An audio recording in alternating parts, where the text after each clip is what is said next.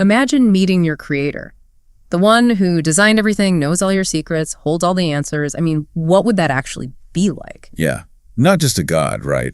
But the ultimate architect of your whole existence. Exactly. It's a massive question. Yeah. And there's one Marvel Comics actually tackled head on in two pretty pivotal issues we're diving into today. Fantastic Four numbers 508 and 510. This is where the Fantastic Four, they literally come face to face with the one above all. You know, the most powerful being in Marvel history. The one described as being above eternity, above infinity, above all cosmic order. That guy. That's the one, yeah. So our mission today is to really pull out the fascinating bits from this encounter. Like, what does it tell us about storytelling? About creation? And that weird balance between destiny and free will, even when you know you're in a story. Right. So let's get into it. We're heading to the edge of everything. Buckle up. Okay, so to even understand why the FF would go on such an insane journey, we have to start back in issue 508. Something truly tragic happens. Yeah, the death of Ben Grimm. The Thing. And it wasn't just, you know, a noble sacrifice in battle. It was Reed Richards, Mr. Fantastic himself. His best friend. Who was forced, basically manipulated by Dr. Doom, into making this impossible choice. Kill Ben to save everyone else. Can you even imagine carrying that? The weight of that decision must have been crushing. Oh, completely. And the comics show it. Reed just plunges into this deep grief, this overwhelming guilt. You'd have to, right? Yeah. Even knowing it was technically for the greater good. But then, amidst all that despair, something shifts. Little spark, yeah. A tiny spark. Reed discovers that Ben's consciousness, it didn't just vanish. It transcended. It drifted into what they describe as heaven. Which, for Reed, is all he needs. This discovery just fuels this new, completely audacious quest. Bring Ben back from the dead. Resurrection. I mean, talk about high stakes. So he proposes using a machine, and get this, it was originally built by Dr. Doom. Oh, the irony. Right, to pierce the barriers between life and death. I mean, the sheer audacity. You can see why Sue would be hesitant. Sue Storm, Invisible Woman. She's deeply unsettled by this whole idea. Yeah. Venturing into, well, the ultimate unknown. Sacred ground, really. Totally understandable hesitation. They're talking about breaking the biggest rule there is. But it's Johnny Storm, the Human Torch, who steps up. Mm-hmm. He reminds them, you know, what they're all about, their core principle. What's that? We've never left one of our own behind. That commitment, that family bond, it's everything to them, isn't it? It absolutely is. It's not just about saving Ben, it's about who they are as a unit. That really sets them apart. Yeah, without that bond, this crazy plan, it wouldn't even get off the ground. So fueled by that love, that desperation, the team pushes forward. They actually reach the outskirts of heaven. And they're met by, well, an army of angels, delivering a pretty clear divine warning. You don't belong here. But the Fantastic Four being the Fantastic Four. They don't exactly turn back easily. They press on, facing these trials, these obstacles designed to keep intruders out. And these aren't science problems, are they? No, not Reed's usual territory. These are barriers of, like, faith and cosmic law. It's a completely different kind of challenge for them. It's spiritual, existential. They're way outside their comfort zone. Definitely. They're in realms that just defy scientific explanation. Okay, so they're pushing through, facing these cosmic trials, and it sounds like they're almost broken by it. Right, they're at their absolute limit, just when it seems hopeless. The hand reaches out. Yeah, and it's Ben. It's the Thing, pulling them to safety right there at the gates of heaven. Imagine the relief, the sheer disbelief. Must have been overwhelming. And Reed, naturally, he immediately starts pleading with Ben, come back with us, come back to Earth. But Ben hesitates, even though he's, like, right there. He does. He wants to go into heaven, but there's this massive door blocking his way. Okay, so why is it blocked? Well, standing right there next to the door is Daniel Grimm, Ben's brother. Okay. And he drops this bombshell. He reveals the door was locked by Reed. By Reed. In Reed's grief, his inability to accept Ben's death, he'd somehow, unknowingly, created this barrier, preventing Ben's soul from moving on. Oh, man. That's heavy. Like our own grief, holding others back. It's a powerful metaphor, yeah. How unresolved pain can trap people, even unintentionally. So how does the team react to that? Not well. It sparks this huge emotional clash. All the grief, the guilt, the desperation, it just boils over, shakes the whole heavenly plane. And in the chaos, Ben actually leaps to save Reed from falling. And that's the moment. That's the moment. He gets it. The door wasn't really locked by Reed. It was Ben himself. His own attachment, his own pain, holding him back. So Ben realizes he has a choice. Exactly. And that choice, even the gates of paradise, is our first big clue about this whole free will theme, isn't it? He chooses life. Despite being offered essentially eternal peace. It's profound. He gives up paradise, chooses life, chooses his family. But just as they're getting ready to leave, Reed hesitates. Still drawn to that door. Yeah, the mystery pulls at him.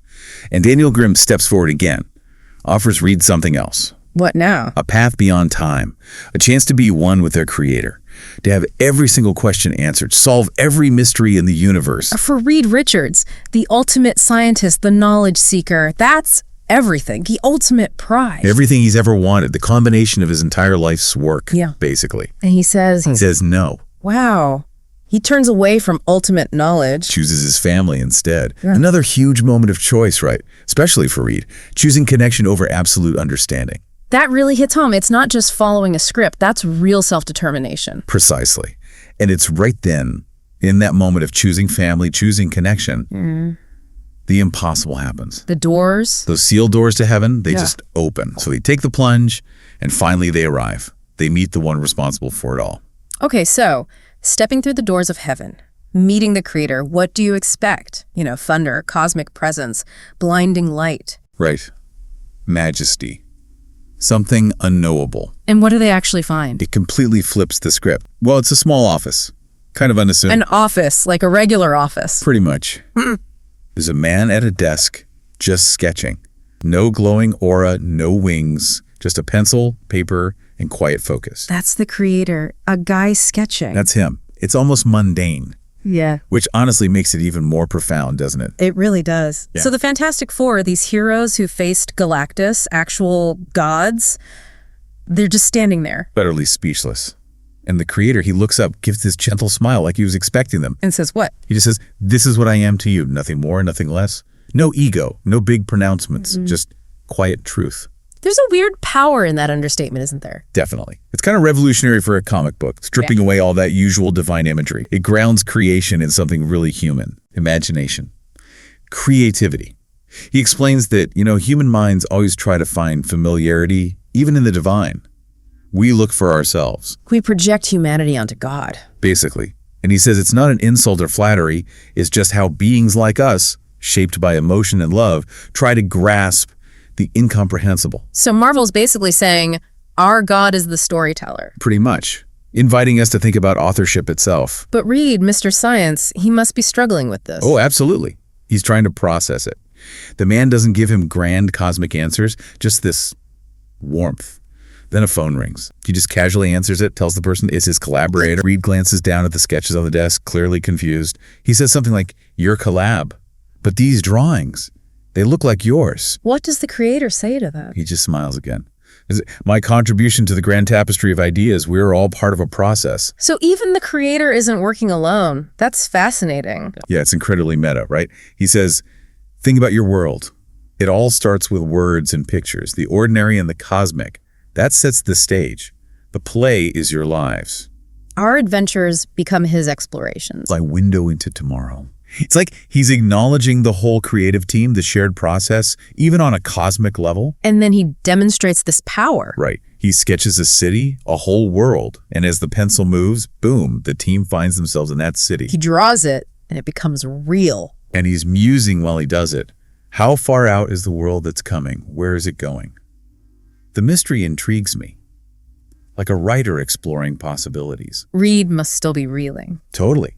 He looks at the pencil in the creator's hand and says, basically, "Forgive me, but it's hard to believe the source of all reality is a yellow stick." Such a human thing to say. We expect grandeur, not a pencil. And the creator doesn't argue, doesn't get defensive. He just replies, "History's greatest inventions were crafted using its simplest tools." You're smart enough to know that. Good. Besides, the beauty of a pencil is this. They have erasers, and then he gently uses the pencil's eraser to remove a burn mark from Reed's face. Heals him instantly. A simple tool, incredible power. Power to change reality, to erase. Exactly. Reminds us there's room to redraw things, even in the biggest stories. Then Johnny asks the big question. Yeah, the Human Torch breaks the tension, asking, are we imagining us? Or are we imagining you? Such a meta question. What's the answer? Calm but profound. You're no one's puppets, if that's what you're getting at. Nobody can do your living for you. No one can do your dying for you. So agency. We're all our own storytellers, and there are plenty of stories left to tell. And with that, sends them home. It loops back perfectly to Ben's choice, Reed's choice. They are their own storyteller. Okay, wow. That encounter, the pencil, the office, it really forces you to rethink everything. What is Marvel ultimately saying here with this specific depiction? Well, it's clearly Marvel being incredibly self-aware, isn't it? Acknowledging the power of fiction, the role of the creator, not just as an architect, but also an observer. So God in the Marvel universe isn't some distant deity. No, God is the storyteller, or maybe the collective imagination of the storytellers, the writers, the artists crafting these lives. It grounds ultimate power in something we can almost grasp, human creativity. And that line, "You're no one's puppets, we're all our own storytellers," that feels earned, right? Because we saw Ben choose life, Reed choose family. Exactly, that's the genius. It shows us free will coexisting with the narrative. Yeah. They didn't just tell us, they demonstrated it through the characters' actions. These aren't characters just blindly following a pre-written script. They're living it, making choices within it. Right, they aren't being manipulated. They're participating in a story that reflects their genuine choices, their emotions, their love. It gives meaning to the story because their agency feels real within that context. So the one above all isn't judgmental or distant. He's close, creative. Yeah, personal, creative. And maybe his greatest gift isn't omnipotence, but the chance to keep telling stories, to let the characters keep writing their own paths. So through this whole incredible journey of the Fantastic Four, Marvel gives us this really fresh perspective.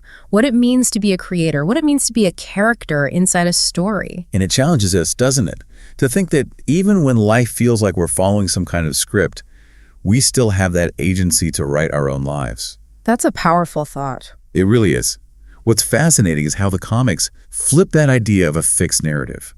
Even the ultimate being seems to acknowledge how vital individual choices are.